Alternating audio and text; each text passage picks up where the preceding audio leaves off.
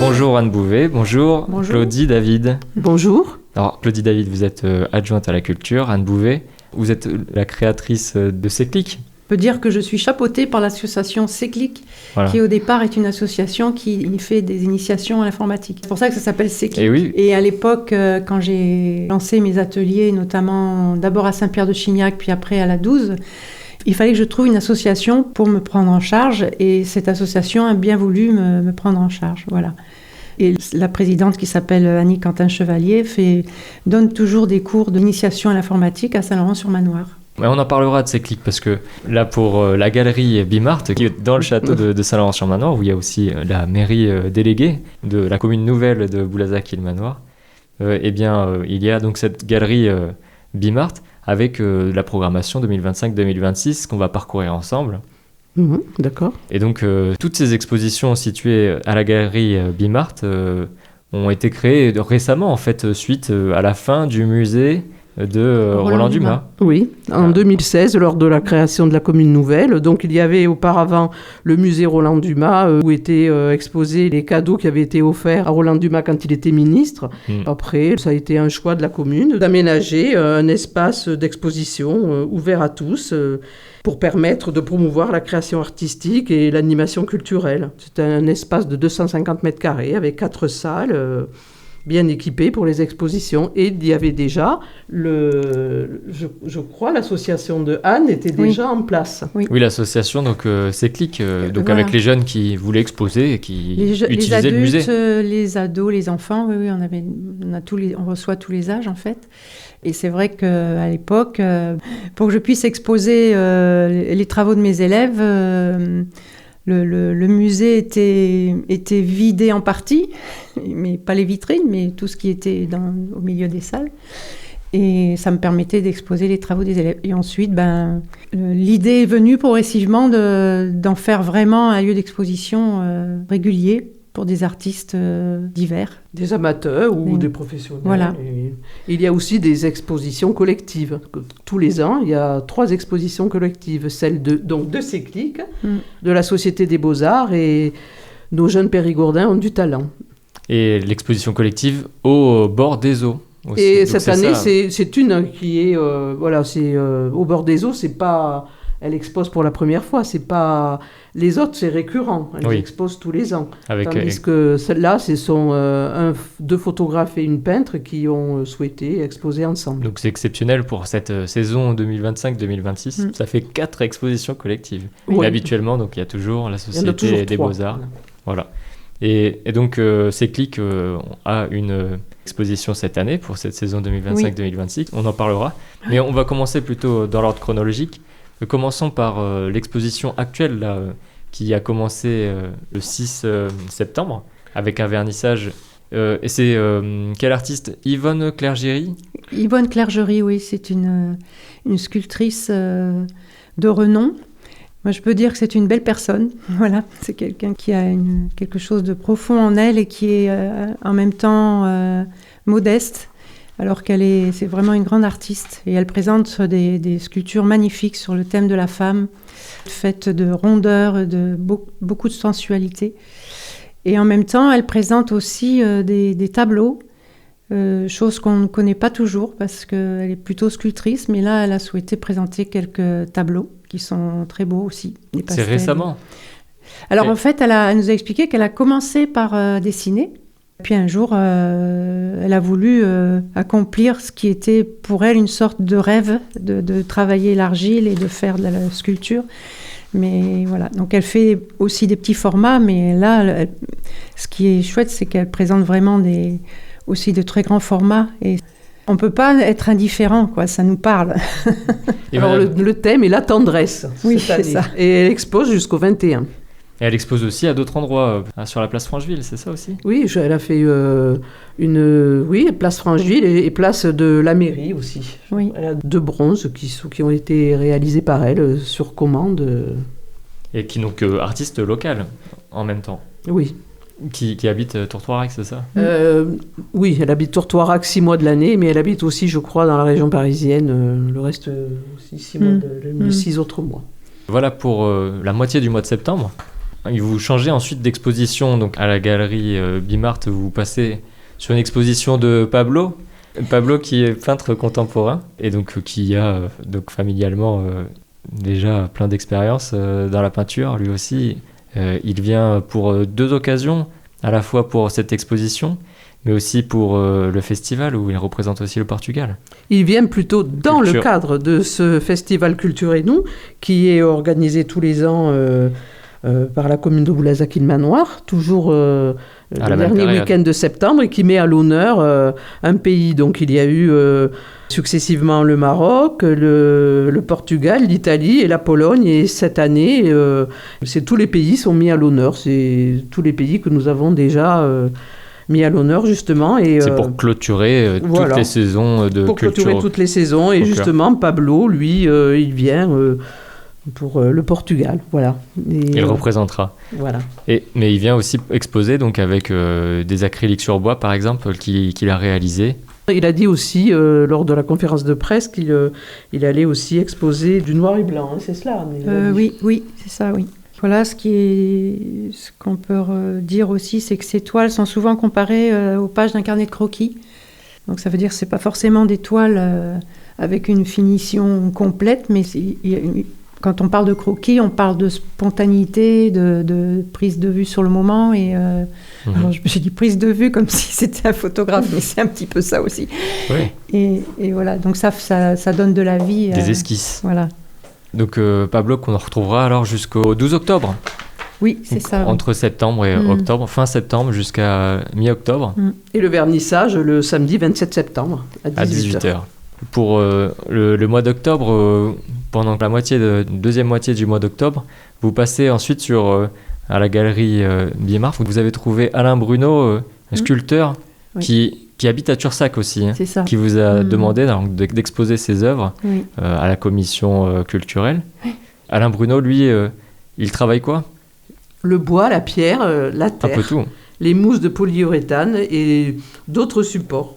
Donc son activité, elle se répartit entre création libre, travaux sur commande, restauration d'œuvres d'art. Il expose depuis 30 ans partout en France, mais plus récemment, principalement en Dordogne.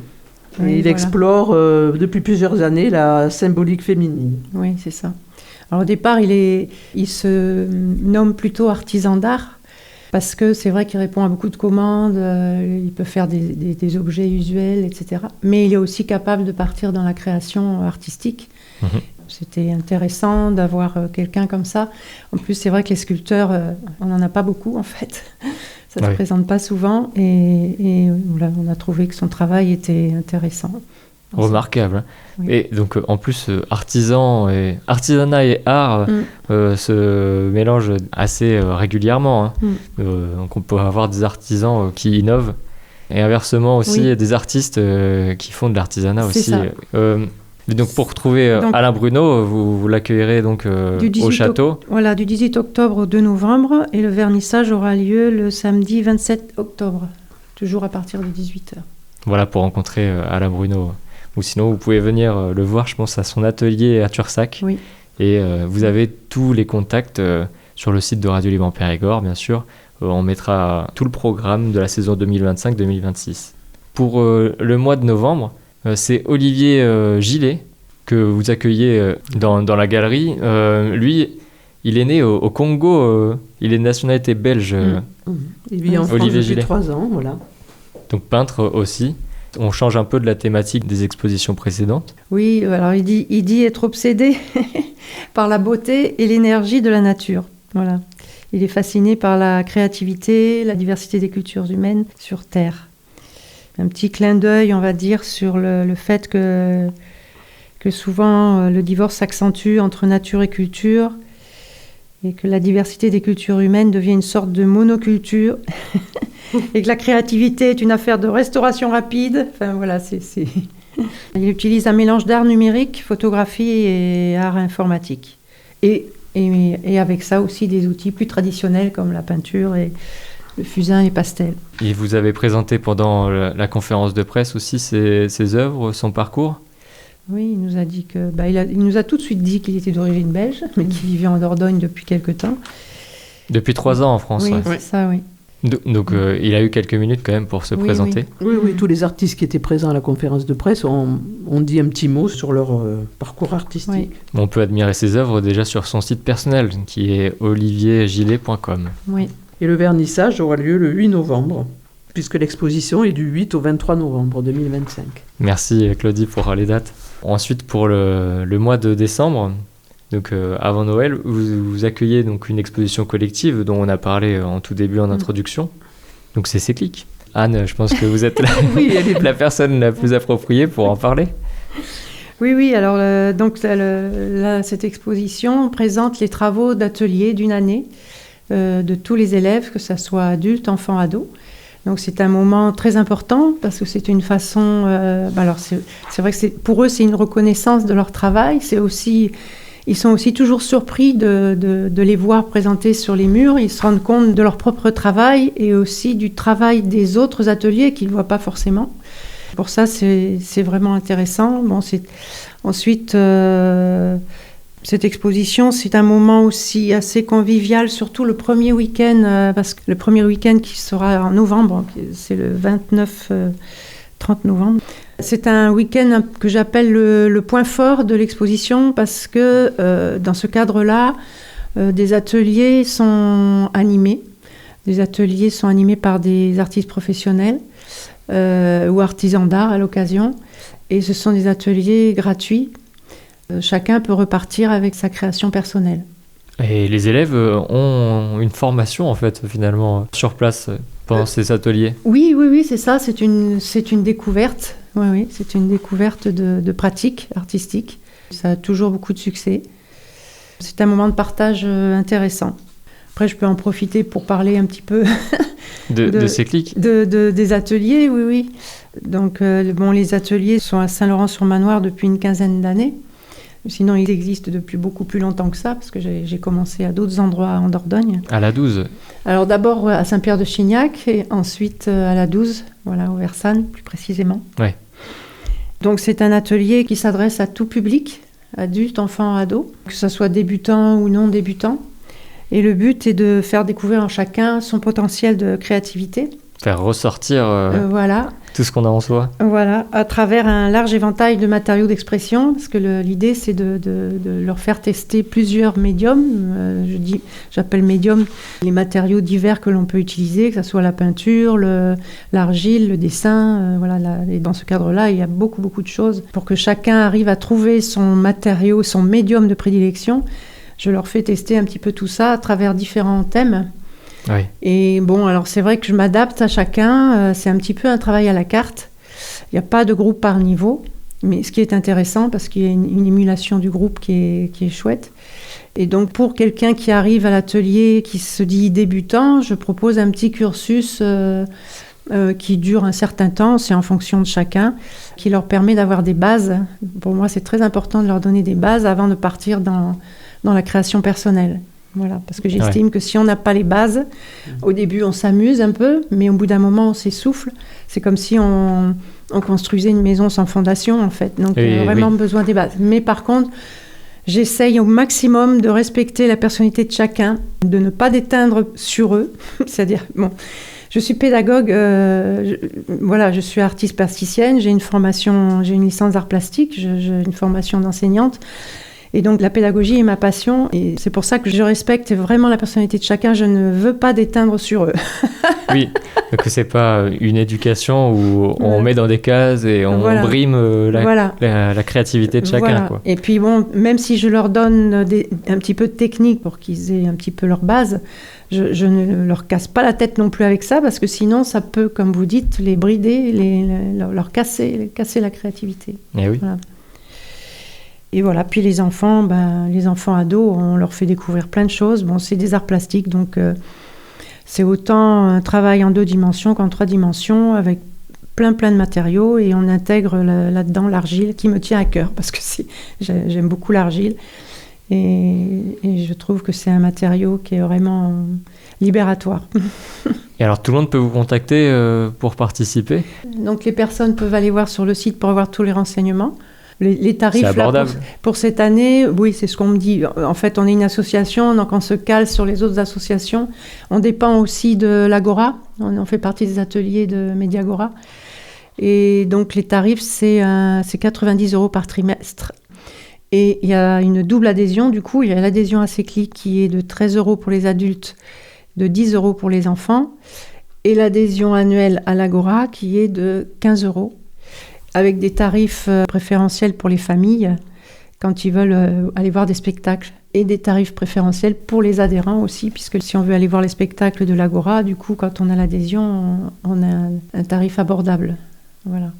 Et ce sont des spectacles vraiment intéressants. Moi, j'encourage toujours mes élèves à y aller, parce qu'il y a beaucoup de choses inspirantes, que ça soit en danse, en théâtre, en musique, en cirque, évidemment, puisque c'est quand même le cirque contemporain qui est à l'honneur à Boulazac. Il faut s'inspirer, oui, de toutes les pratiques. Voilà, exactement. Je les encourage à aller voir des expositions. Bon, on a la chance d'avoir une expo tous les mois, donc on passe la passerelle et hop, on y est.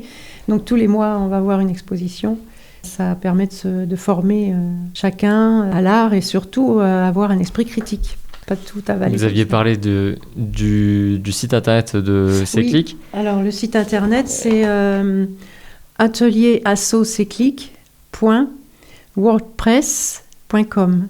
D'accord. Bon, on peut retrouver aussi dans l'article de Radio Libre Périgord. Véronique Fleury, qui est mentionnée aussi dans les contacts, travaille plutôt avec les enfants et les ados. Voilà, c'est ça. Alors en fait, cette année, l'intervenante qu'on avait jusqu'à présent n'a pas pu continuer. Et donc j'ai rencontré Véronique. J'ai rencontré Véronique dans le cadre justement d'une intervention pendant l'exposition de l'atelier d'art plastique. Et on a eu un bon feeling toutes les deux. Et puis elle m'a dit que si j'avais besoin, elle pouvait intervenir. Donc du coup, j'ai fait appel à elle. Et elle a une bonne formation elle aussi. Elle a une licence d'art plastique. Elle a eu le même cursus que moi, mais elle à Paris et moi à Bordeaux.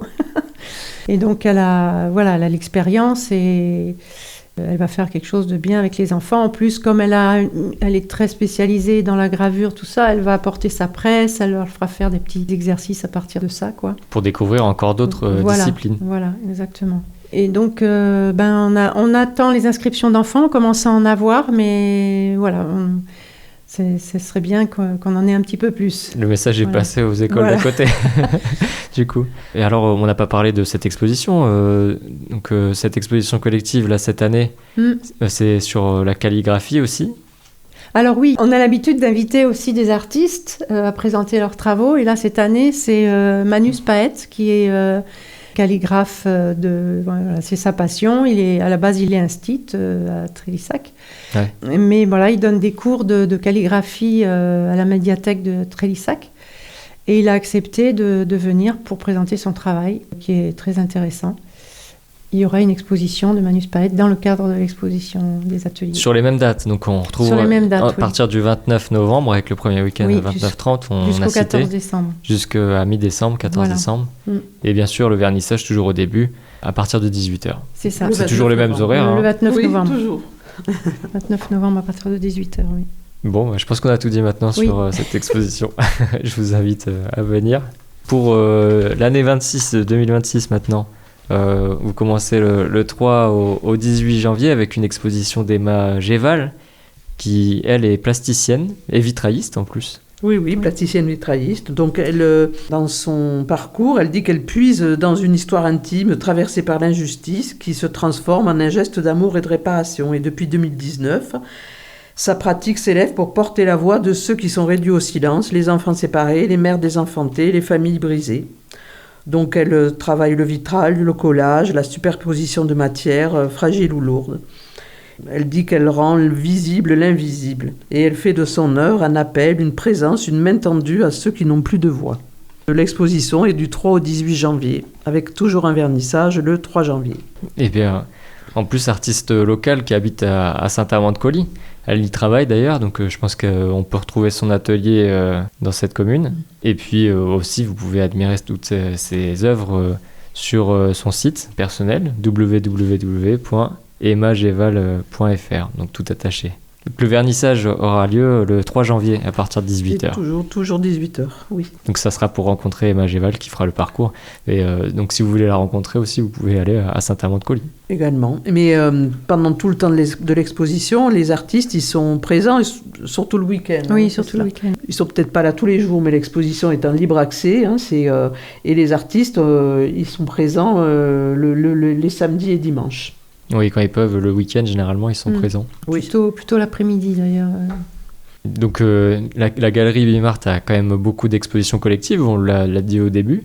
Il y en a une qui est régulière chaque année. Une des 3 régulières, c'est celle les jeunes talents.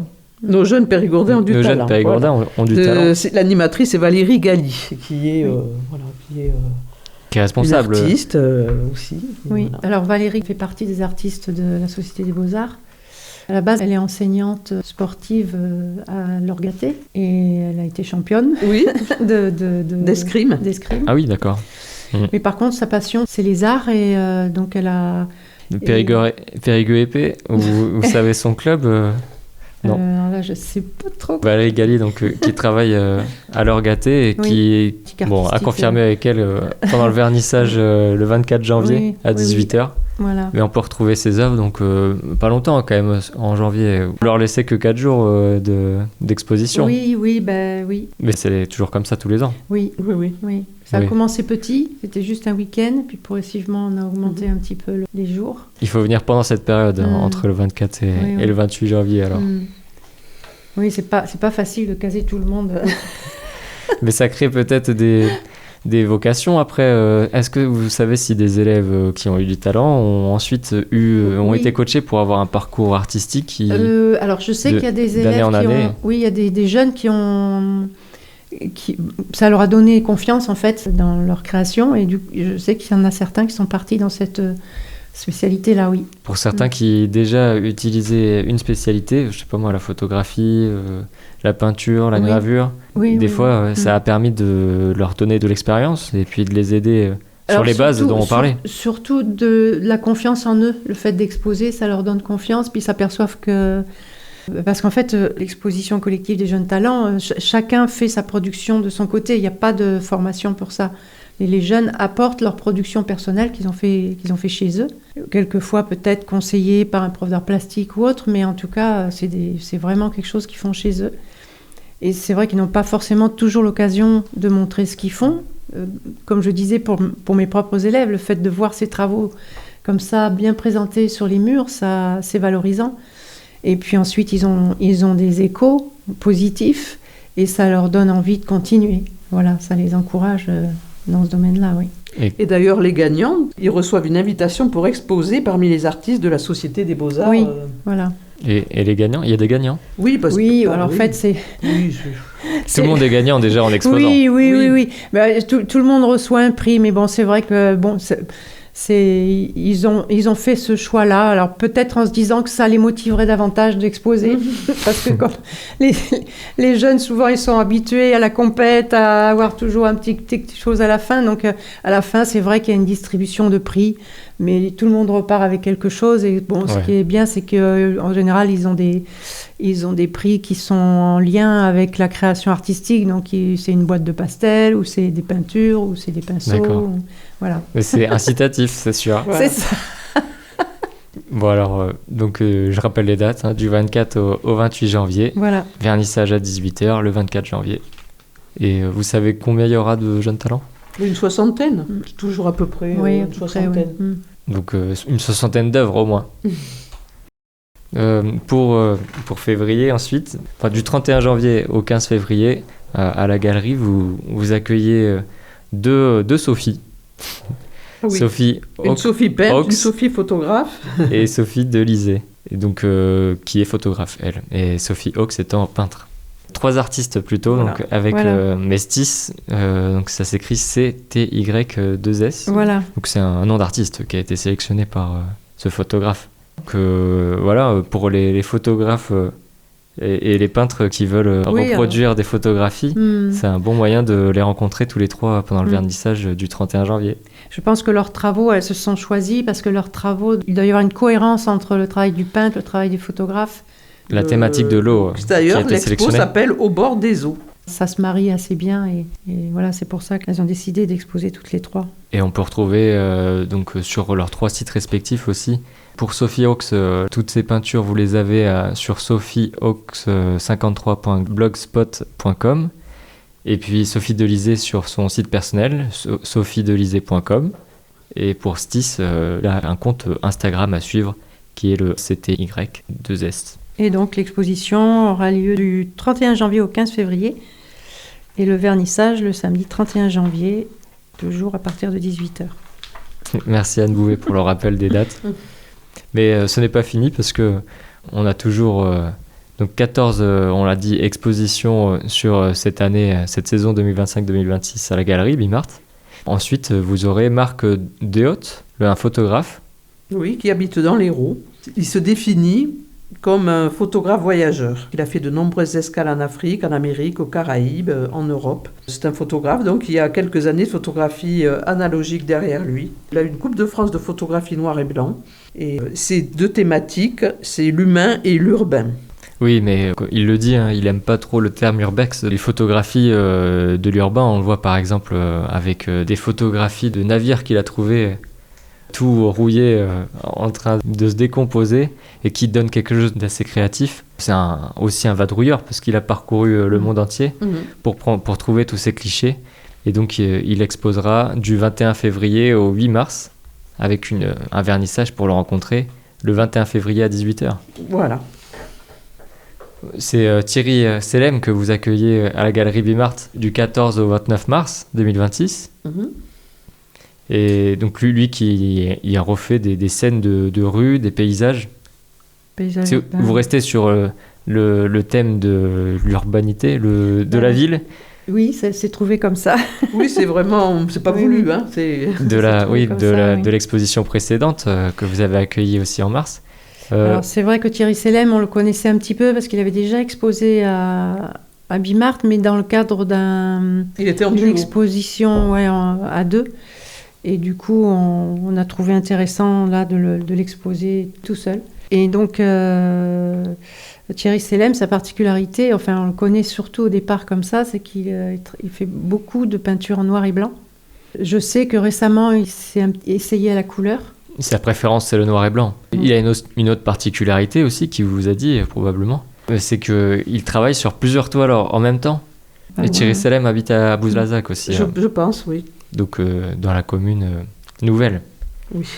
Vous pourrez le rencontrer donc au vernissage le 14 mars à 18h et voir toutes ces peintures entre le 14 et le 29 mars 2026.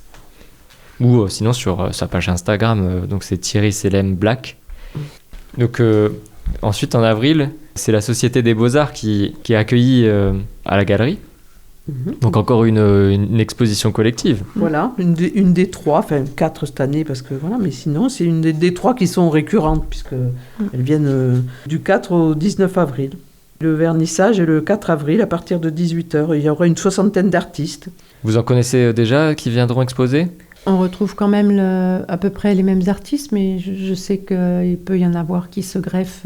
Des nouveaux arrivants, chez les Beaux-Arts par exemple. Oui, donc oui, là On a qui comme artiste aux Beaux-Arts connu en Dordogne ? On a Madame Gailly. Il y a Valérie Gailly. Il y a Valérie Gailly, bien sûr. Gailly, mais après, qui avait exposé le 24 au 28 janvier. Oui. Il y a aussi Pajot qui expose souvent. Qui est très connu comme peintre. La Société des Beaux-Arts, c'est bien de préciser aussi que elle est née en 1885 de l'initiative d'artistes de l'art Dordogne. Voilà, parce ça fait longtemps. Souvent, on me pose la question, on me dit, mais Société des Beaux-Arts du Périgueux, c'est quoi ? C'est des Beaux-Arts ? Il y a des cours non, il n'y a pas forcément de cours, ce sont des artistes qui ont créé une association pour se regrouper et puis qui font la demande de faire partie de cette société. Oui, voilà. Donc pour y faire partie, il faut demander et puis ensuite c'est il faut discuter.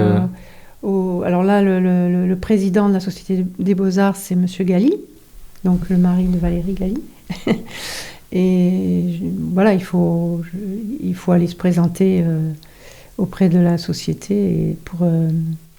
Et je suppose qu'ils font une sélection. Enfin, voilà. C'est à Boulazac que le siège social a été référencé aux 13 rue Pierre-Cotte, si vous voulez aller les rencontrer. Par contre, je ne connais pas les horaires, quand est-ce qu'ils se réunissent. Mais il y a un site internet, j'imagine, qui s'appelle beau-art-périgord.com. Et je sais aussi qu'ils font quand même des séances de modèles vivants. Ils se retrouvent autour d'une séance de modèles vivants périodiquement. Une façon de se modèle vivant ? Oui, c'est du dessin de nu. D'accord. Voilà, il y a un modèle qui vient et qui pose, comme on le faisait aux Beaux-Arts, comme moi je l'ai vécu aussi aux Beaux-Arts. Oui, et c'est vrai que le dessin de modèle vivant, c'est vraiment la base de tout, c'est très formateur, ça permet d'entretenir son dessin, pratique personnelle. Voilà. Qu'on voit dans les films, quand on imagine les artistes, ils commençaient comme ça à une certaine époque.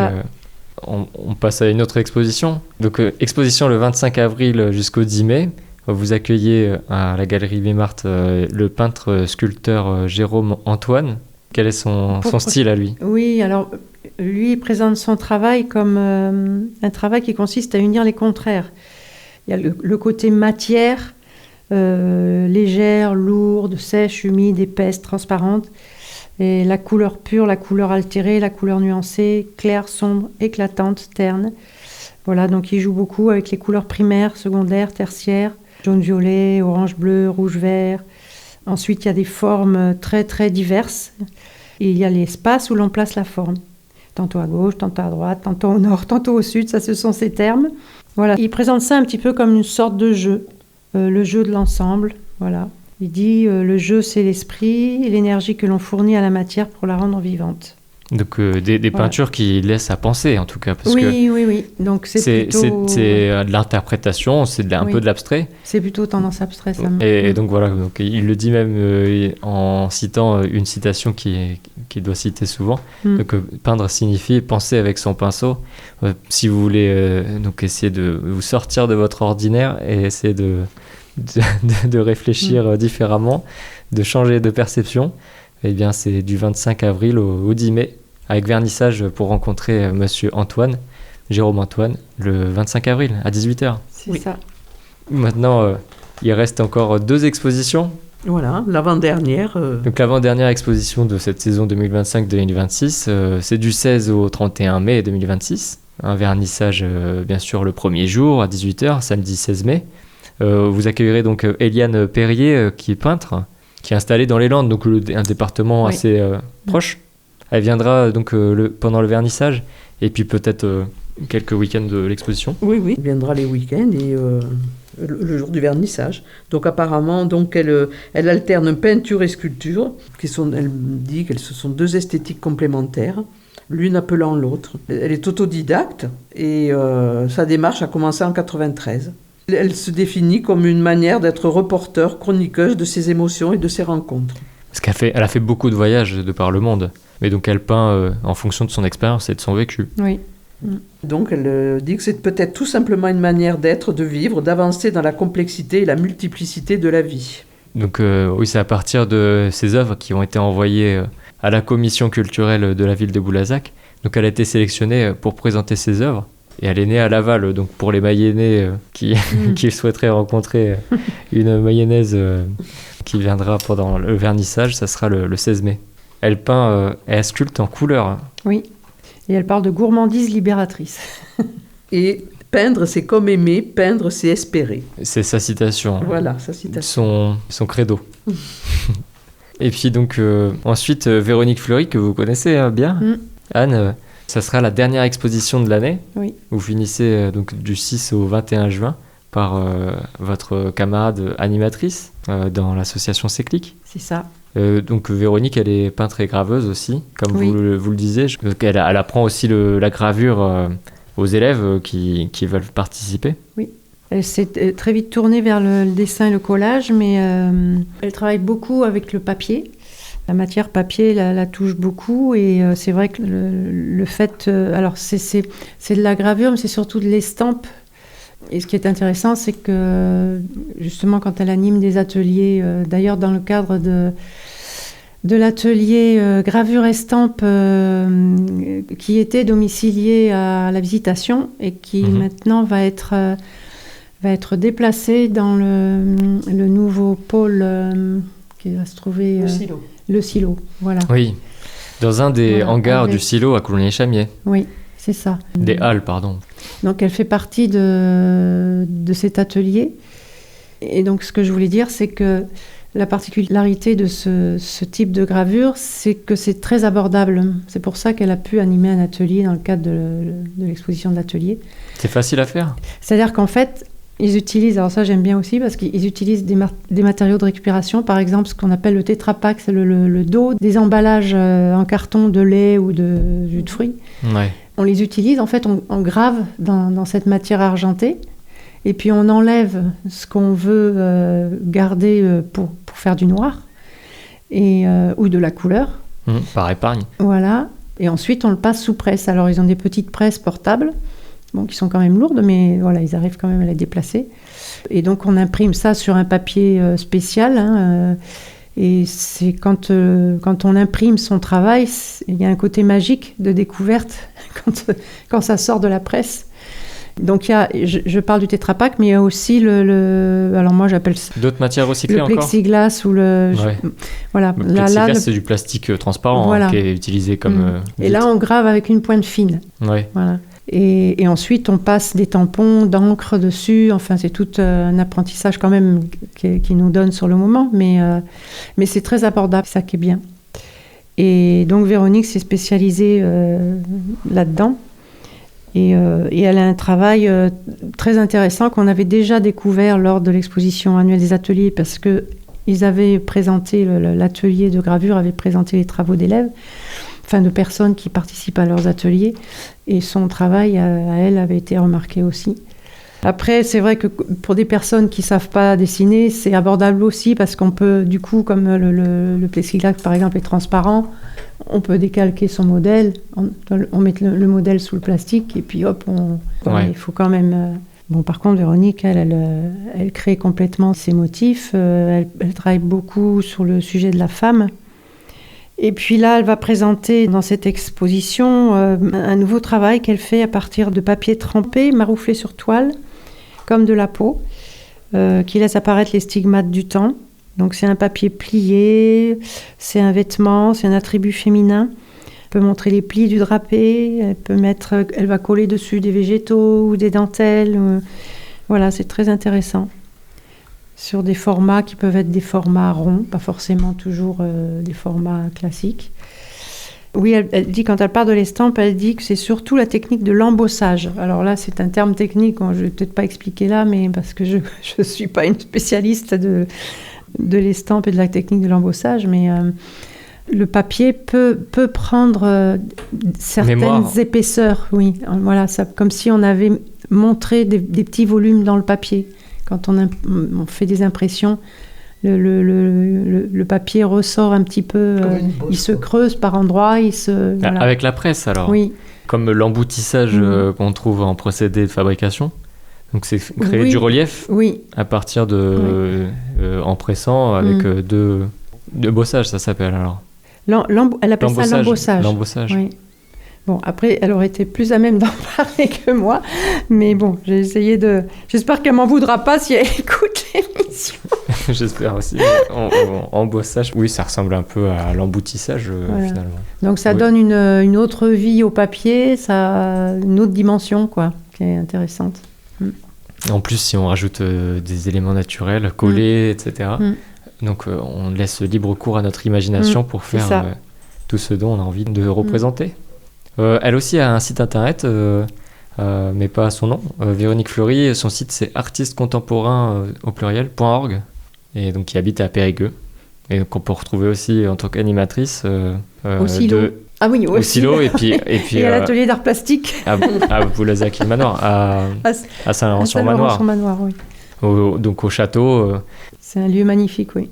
On est vraiment dans de très bonnes conditions pour créer. Donc en plus on peut se balader autour, aller voir l'exposition, et puis les horaires d'ouverture, c'est de quelle heure à quelle heure ? De la galerie ? Oui. C'est donc l'entrée est libre et gratuite. Les horaires, c'est le lundi, le mardi, le jeudi, le vendredi, de 9h à 12h et de 14h à 17h30. Le mercredi, de 9h à 12h. Et le samedi et le dimanche, de 14h à 18h. Mais alors, voilà, une exposition à venir découvrir tout de suite, dès que vous le pouvez. Eh bien, merci en tout cas de préparer ces expositions. La commune de Boulazac-Ilmanoir a beaucoup de cordes à son arc au niveau culturel, en plus du festival culture. Oui, et puis bon, Culturez-nous. On a une salle conventionnée, c'est vrai que la culture est... Et ce que je voulais préciser, essentiel. En tant qu'artiste, parce que je suis aussi artiste, c'est très appréciable d'avoir des lieux comme ça, en plus des lieux de qualité, où l'artiste n'est pas à donner une participation financière. Parce que, bon, il y a des artistes professionnels qui ont peut-être plus de moyens parce qu'ils sont reconnus, etc. Mais des artistes amateurs, entre guillemets, parce qu'amateur ne veut pas dire... voilà, débutant des fois, il y a des confusions entre amateur et professionnel. Amateur, professionnel, c'est quelqu'un qui en fait son métier et qui vit de ça. Un artiste amateur, c'est quelqu'un qui peut avoir un métier à côté et qui fait une production artistique en même temps. Et c'est vrai que... on ne va pas vendre forcément quelque chose et pas forcément à des prix. Voilà, donc c'est vraiment... Je sais que beaucoup d'artistes autour de moi apprécient le fait qu'ils puissent exposer sans avoir besoin de débourser quelque chose, quoi. Ouais, cette galerie, donc Bimart, a une importance qui vous est souvent donc, relayée. Et la question pour des artistes qui nous écouteraient et qui souhaiteraient passer, il va falloir attendre l'année prochaine. C'est à partir de quelle période qu'il faut soumettre... Ils peuvent tout de suite envoyer leur dossier à la mairie de Boulazac-Ilmanoir, la mairie déléguée. Et là, il y a une personne qui s'appelle Muriel, qui est dédiée à l'accueil des artistes et à l'organisation des expositions, qui est une personne très accueillante et très soutenante. C'est ce que disent tous les artistes quand ils viennent exposer. Donc c'est elle qu'il faut contacter, donc à la mairie de Saint-Laurent-sur-Manoir. Voilà, oui, alors, il y aura un dossier à remplir pour candidater avec... forcément, il faudra mettre sur du numérique. Oui, en général, on demande... c'est plus simple pour nous de présenter le dossier sur une clé USB. Ouais. Parce qu'on a beaucoup d'artistes à voir et voilà, il faut vraiment que ça soit facile d'accès. Et parce que quand on commence, si l'artiste nous envoie son site, des fois, c'est pas facile d'accès, on peut avoir un problème de réseau, enfin voilà. Ouais, ou sinon d'envoyer ça en dossier par WeTransfer, si les artistes viennent de loin. Oui. Un dossier entier. Voilà, enfin c'est vrai que la clé USB, c'est bien, on l'envoie par la poste sans problème. Et voilà, bon, simplement, il faut que ça soit un dossier bien présenté. Ça, c'est très important pour nous, parce que si le dossier est mal présenté, comme on a plusieurs choses à voir, bon, bah, au bout on peut passer à côté. Et ce serait dommage. Ouais. Vous recevez combien de dossiers à la commission ? Pas plus de 20 dossiers, quoi. Ouais. Et comme on veut prendre quand même suffisamment de temps pour chacun, voilà, il faut que ça soit lisible tout de suite, quoi. Et bien voilà. Donc, et sinon, l'adresse mail, c'est saintlaurent@boulazac-ilmanoir.fr. Donc ça, c'est l'adresse mail pour contacter l'accueil. Et sinon, il y a aussi contact Galerie Bimart, mairie annexe à Saint-Laurent-sur-Manoir. Oui. Merci Claudie. Merci Anne. Merci à RLP de vous aider à faire connaître cette galerie qui mérite d'être mieux connue et d'être plus fréquentée. C'est vrai, ça mérite. Oui. Mais si vous allez à la piscine, par exemple... piscine de Niversac. Oui, celle de Niversac. Vous passez à Saint-Laurent-sur-Manoir, là, au château, à la mairie, et vous pouvez admirer cette galerie gratuitement. Voilà. L'art est juste à côté. Vous pouvez vous promener dans le parc. Il y a des jeux pour les enfants. Il y a tout ce qu'il faut. Eh bien, merci. Merci. Merci.